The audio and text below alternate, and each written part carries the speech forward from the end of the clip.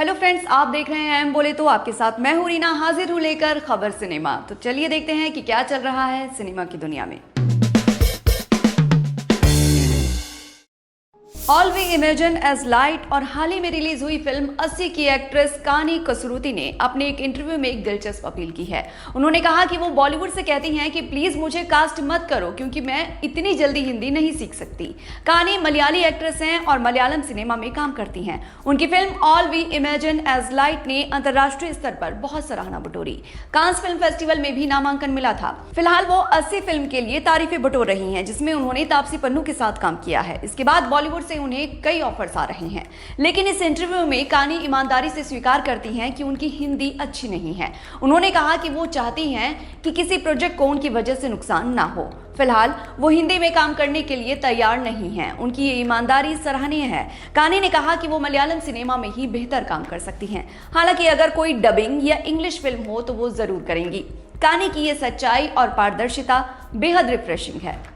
S Rajamouli ने भारतीय cinema को एक और सौगात दी है। उन्होंने नागार्जुन की अन्नपूर्णा स्टूडियो के साथ मिलकर हैदराबाद में भारत की सबसे एडवांस मोशन कैप्चर लैब स्थापित की है।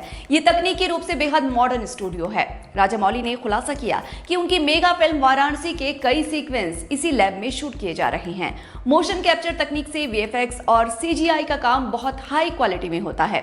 हॉलीवुड में अवतार जैसी फिल्में इसी तकनीक से बनती हैं। अब भारत में भी ऐसी सुविधा उपलब्ध होना बड़ी बात है। राजामौली ने बाहुबली और आरआरआर से साबित किया है कि वो तकनीक और कहानी का परफेक्ट मेल कर सकते हैं। वाराणसी में महेश बाबू और प्रियंका चोपड़ा हैं। ये फिल्म 2027 में आएगी और उम्मीद की जा रही है कि भारतीय सिनेमा का एक नया स्टैंडर्ड स्थापित करेगी।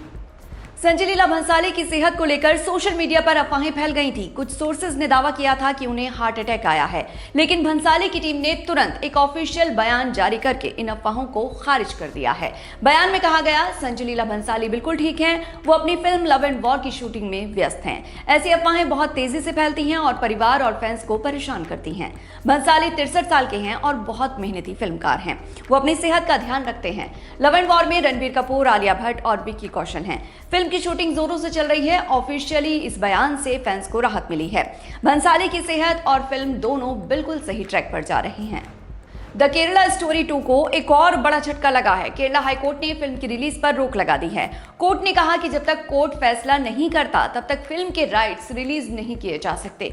यह आदेश एक याचिका के बाद आया है जिसमें मलयाली कम्युनिटी ने फिल्म पर आपत्ति जताई है।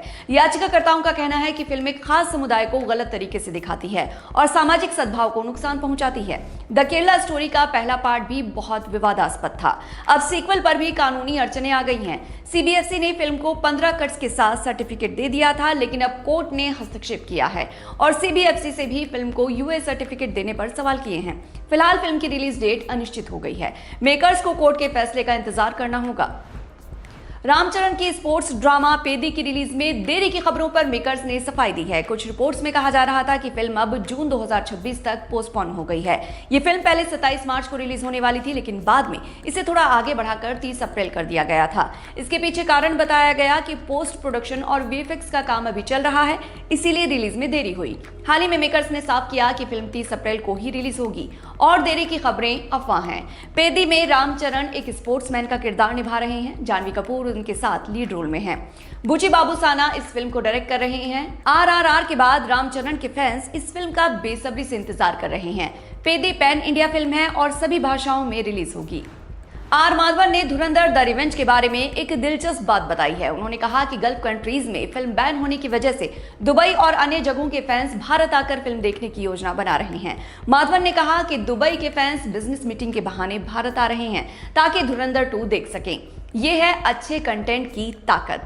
गल्फ में फिल्म बैन होने की वजह बताई जा रही है कि इसमें पाकिस्तान को नेगेटिव तरीके से दिखाया गया है, लेकिन यही चीज भारत और दुनिया के दूसरे हिस्सों में फिल्म की लोकप्रियता बढ़ा रही है। धुरंधर द रिवेंज 19 मार्च को रिलीज हो रही है। रणवीर सिंह, आर माधवन, अक्षय खन्ना और अर्जुन रामपाल जैसे दिग्गज इस फिल्म में हैं। आदित्य धर की डायरेक्शन और देशभक्ति की कहानी दर्शकों को खींच रही है। माधवन का ये बयान बताता है कि फिल्म की डिमांड कितनी ज्यादा है। आज के लिए इतना ही। खबर सिनेमा के नए एपिसोड के साथ कल फिर मिलेंगे। देखते रहिए एम बोले तो।